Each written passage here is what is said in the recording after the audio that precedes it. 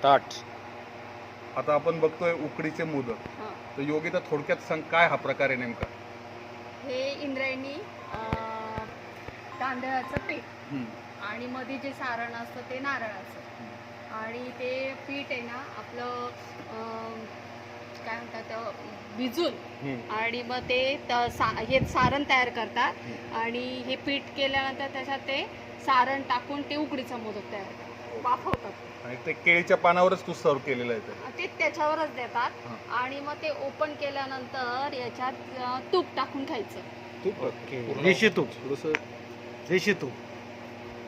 गाईचं ओके. तूप. Okay pure गाई. काहीतरी नवीन आहे हा. हा. काहीतरी नवीन आहे. उकडीचं तूप साजूक- आणि मोदक. साजूक साजूक तूप. Yes.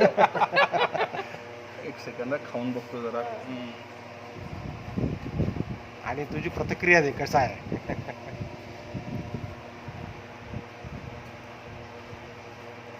तुझ्यासारखं एक नंबर.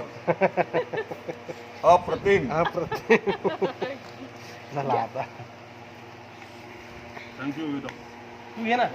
नको